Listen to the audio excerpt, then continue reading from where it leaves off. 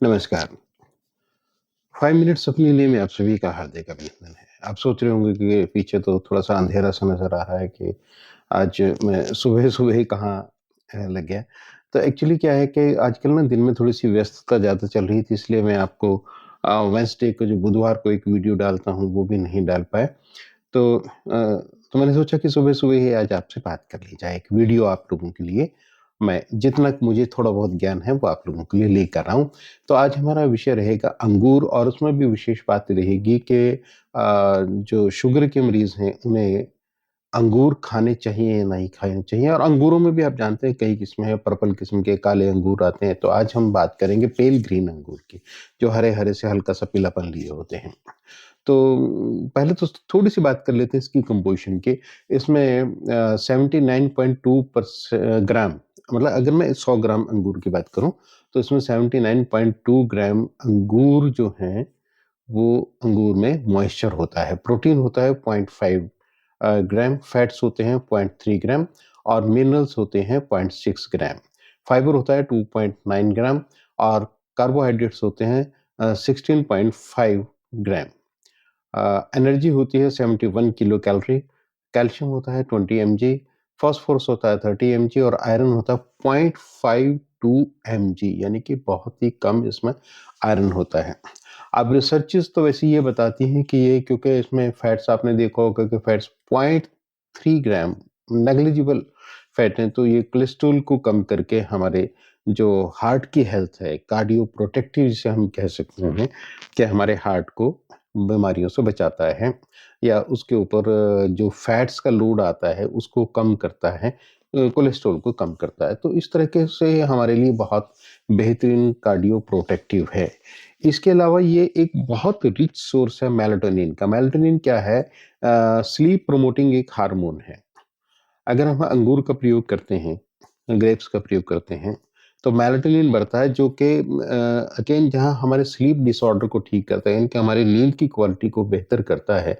उसके साथ-साथ ये हमारी मेमोरी को भी बहुत अच्छा करता है, याददाश्त को अच्छा करता है, अटेंशन को अच्छा करता है, कि आप कई बार क्या करते हैं कि बच्चों का भी देखा होगा कि उनका ध्यान कभी जिस चीज़ पे हम लगाना चाहते हैं वहाँ पे नहीं लगता है, तो वो भटकता रहता है। तो इससे अपने आप को आत्म केंद्रित करने में भी सहायता मिलती है। और इसके साथ जो नॉन अल्कोहलिक लिवर डिजीज़ होती हैं, जो NAFLD, non alcoholic fatty liver disease जो होती हैं, उनके अंदर ये बहुत अच्छा काम करता है। प्रिवेंशन के लिए भी, बचाने के लिए भी, और इसके अलावा इसके बाद इसको क्योर करने के लिए भी, अगर किसी को लिवर डिजीज़ हो जाए, फैटी लिवर डिजीज़ हो जाए, तो उसके अंदर ये ठीक करने का भी काम करता है। आयुर्वेद में जैसे द्राक्षासव आता है, अंगूरों का ही बना आता है। वैसे तो अंगूर ऐसी चीज़ है जिसके ऊपर आजकल तो ख़ैर मुहावरों का प्रयोग थोड़ा-सा, क्योंकि अलग टाइप के मुहावरे आ गए हैं जिसके अंदर पाश्चात्य संस्कृति का ज़्यादा प्रभाव रहता है। तो हमारे यहाँ लोमड़ी को लेकर कहा जाता था कि अंगूर खट्टे हैं। यानी कि जो चीज़ हम प्राप्त नहीं कर पाते, तो अपनी एफिशिएंसी को दोष देने के बजाय या अपने एफर्ट्स को दोष देने के बजाय हम ये कह देते थे कि अंगूर खट्टे हैं, बहुत पॉपुलर था। लेकिन यहाँ हम बात कर रहे हैं, अंगूर हालाँकि खट्टे भी होते हैं और मीठे भी होते हैं, दोनों तरह के होते हैं। अगर मैं थोड़ी-सी बात करूँ कि अगर खट्टा और मीठे अंगूर का डिफरेंशिएट करूँ, तो फिर भी 16 ग्राम तो खट्टे अंगूर में भी शुगर रहता है और 18 ग्राम शुगर रहता है मीठे अंगूर के अंदर, यानी कि वैरी करता है 16 से 18 ग्राम तक। तो अब इस लिहाज से तो ये देखा जाए कि 100 ग्राम अंगूर खाए तो 16 से 18 ग्राम तक शुगर जिसमें हमें मिल गई, तो शुगर के पेशेंट्स को बिल्कुल भी नहीं लेना चाहिए। लेकिन दूसरी तरफ ये भी है कि अंगूर जो हैं वो हमारे पैंक्रियाज़, जहाँ से इंसुलिन या लैंगरहैंस सेल्स हैं, उनको बहुत हेल्दी रखता है, जहाँ से इंसुलिन सिक्रीट होता है और इंसुलिन जो ज़रूरी है हमारे शुगर को एब्ज़ॉर्ब करने के लिए। आपने देखा होगा टाइप 1 डायबिटीज़ के अंदर इंसुलिन बहुत कम बनता है, तो इंसुलिन के इंजेक्शंस उनको देने पड़ते हैं, या टाइप 2 के अंदर भी जिनकी इंसुलिन कंट्रोल नहीं हो पाती, तो उनको इंसुलिन के इंजेक्शन देने पड़ते हैं। तो पैंक्रियाज़ और लैंगरहैंस सेल जब इंसुलिन की सिक्रीशन कम करते हैं, तब हम शुगर के पेशेंट हो जाते हैं। अ, तो अंगूर का ये पाया गया है रिसर्चेस के अंदर कि ये पैंक्रियाज़ और लैंगरहैंस सेल्स की हेल्थ को इम्प्रूव करते हैं और इस मैनर में इंसुलिन का सिक्रीशन करते हैं। तो ये कहीं से भी बिल्कुल नहीं कहा जा सकता कि शुगर का पेशेंट अंगूर नहीं खा सकता। वो खा सकता है बशर्ते कि एक लिमिटेड क्वांटिटी के अंदर। लिमिटेड क्वांटिटी क्या है? वैसे तो मान लीजिए मैं स्वस्थ हूँ, मुझे कोई शुगर नहीं है, कोई बीमारी नहीं है, तो मैं 150 से 200 ग्राम तक भी अंगूर प्रतिदिन खा सकता हूँ। वो मेरे सेहत के लिए, डाइजेशन के लिए, मेरी आइज़ के लिए, क्योंकि ये जो डायबिटिक रेटिनोपैथी आती है उसको भी बचाता है, प्रिवेंट करता है। तो 150 से 200 ग्राम मैं अंगूर खा सकता हूँ अगर मैं डायबिटिक नहीं हूँ, नॉन डायबिटिक हूँ। लेकिन अगर मैं डायबिटिक हूँ तो मैं कोशिश करूँ कि 70 से 80 ग्राम, यानी कि उससे आधे अंगूर, 70 से 80 ग्राम मैं अंगूर खा लूँ, इससे ज़्यादा अंगूरों का प्रयोग ना करूँ। ये थोड़ा-सा ध्यान रखें। मतलब कहीं से भी आप ये ना करें कि अगर आप शुगर के पेशेंट हैं कि तो आप अंगूरों को बिल्कुल तिलांजलि दे दो, एक तरफ रख दें कि नहीं, नहीं, मुझे तो अंगूर नहीं खाने। हाँ, ये साथ में ज़रूर है कि अगर आप शुगर इनटेक किसी और माध्यम से कर रहे हैं, तब आपको सोचना पड़ेगा। उस शुगर इनटेक के सोर्स को आप खत्म कर दें।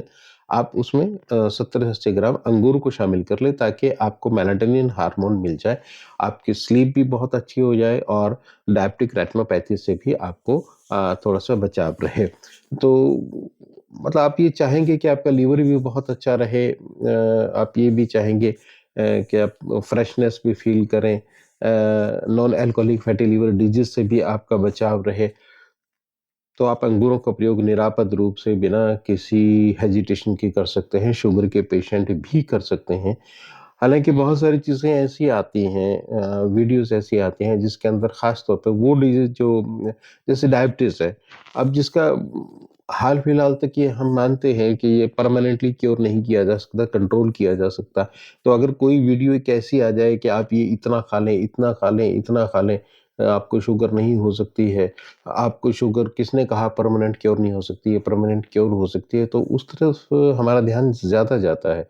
तो जैसे मैं कह रहा हूँ कि आप थोड़े बहुत अंगूर खा सकते हैं, तो आपको बहुत अच्छा लगेगा कि ये तो बहुत अच्छा हुआ कि हमें तो अंगूरों के लिए मना किया गया था, अब अंगूर खाने के लिए बता दिया गया। लेकिन मैं फिर साथ-साथ ये कहता हूँ कि 70-80 ग्राम से अधिक अंगूर आप ना खाएँ। क्योंकि 16 ग्राम से लेके 18 ग्राम तक जो वो है शुगर है, वो इसमें रहती है। तो आप प्लीज़ ये ध्यान रखें कि लिमिटेड मात्रा में खाएँ। वैसे तो दुनिया की कोई भी चीज़ है, कितनी भी फ़ायदेमंद है, एक सीमित मात्रा में ही खाना चाहिए। जैसे ही उसकी सीमाएँ खत्म हो जाती हैं, तो सीमाओं के खत्म होने के बाद तो आपने देखा कि कैसे सीता माता का भी हरण हो गया था सीमाओं से बाहर निकल के। तो सीमा से बाहर हम ना निकले, सीमाओं में रहकर सारी चीज़ हम खा सकते हैं। वो सेहत के लिए जितनी भी प्रभु ने दी है, प्रकृति ने दी है, सेहत के लिए बहुत अच्छी चीज़ें दी हैं। तो हम लोग उसका प्रयोग करें, खूब मज़े से खाएँ, लेकिन एक सीमित मात्रा में खाएँ। ऐसे ही अंगूर को भी सीमित मात्रा में खाएँ और अगली बार फिर एक नए वीडियो के साथ मैं आता हूँ, जल्दी ही आपके साथ। आपने 5 मिनट्स अपने लिए में देखा। एक रिक्वेस्ट करूँ कि शायद बहुत कम लोगों को पसंद आ रही होंगी, इसलिए आप लाइक भी कम करते हैं, कमेंट्स भी कम करते हैं। लेकिन फिर भी क्योंकि मेरा धर्म ये कहता है कि मैं आप लोगों की सेवा में हर समय हाज़िर रहूँ और आप लोगों के लिए हमेशा प्रभु से भी कामना करूँ कि आप लोग बीमार ना हो। आपका जो कमाई है वो आपके अच्छे कामों में लगे, बीमारियों के लिए ज़रूरत ही ना पड़े, आप बीमार कम से कम हो तो थोड़ा-सा घरेलू स्तर पे अपना इलाज कर रहे हैं, लेकिन फिर भी इतना ज़रूर मानें कि डॉक्टर्स के किसी भी पैथी के डॉक्टर्स हैं, उनका एक अपना महत्व है, उनके एक विज़न होता है, उनके पास एक नॉलेज होता है जो हमें बेहतरीन राय दे सकते हैं। तो आप प्लीज़ अगर ज़्यादा बीमार हैं, तो बहुत ज़्यादा घरेलू चिकित्सा पे निर्भर भी ना करें, तो डॉक्टर के साथ आप कंसल्ट करें, उसके पास जाएँ, उनका कहना मानें। हाँ, एक चीज़ और मैं कहना चाहूँगा कि प्लीज़ आप थोड़ा-सा ना अपने जीवन में आयुर्वेद को शामिल करें, क्योंकि आयुर्वेद जीवन जीने की एक कला है, जो हमें ये बताती है किस मौसम में ये करें। जैसे हमने पिछला लिया था कि बसंत ऋतु में क्या करना चाहिए। तो इस तरह से ये सिर्फ़ आयुर्वेद ही बता पाता है कि किस मौसम में क्या खान-पान करना चाहिए, कैसे करना चाहिए। और धृष्टता बिल्कुल ना करें, कि जो बेमौसमी चीज़ें हैं, वो प्लीज़ आप बिल्कुल ना खाएँ। ये मेरी आपके हाथ जोड़ के रिक्वेस्ट है। तो बेमौसमी चीज़ें ना खाएँ। आप सभी स्वस्थ रहें, इसी कामना के साथ आप सभी का बहुत-बहुत धन्यवाद।